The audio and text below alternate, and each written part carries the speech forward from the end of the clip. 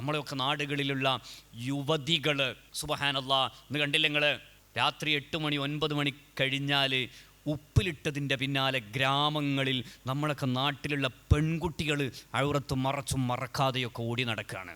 രാത്രി 12 മണി 1 മണി വരെ. ഒരു നോമ്പിൻ്റെ പേരിൽ ഉണ്ടാകുന്ന ധൂർത്തും ദുരാചാരങ്ങളും തോന്നിവാസങ്ങളും എത്രയാണ്, പറയാതെ വയ്യ ഇത്. അല്ലേ, നിങ്ങൾ ആലോചിച്ച് നോക്ക്. ഒരു 4-5 കൊല്ലത്തിന് ശേഷമാണ് ഇത് തുടങ്ങിയത്.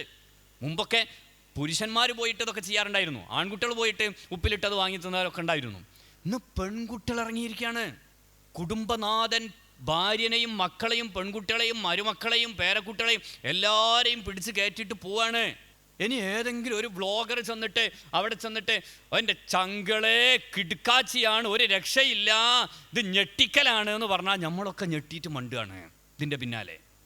അതവരുടെ മഈശത്താണ്, അള്ളാഹു അവർക്ക് ബറക്കത്ത് ചെയ്യട്ടെ.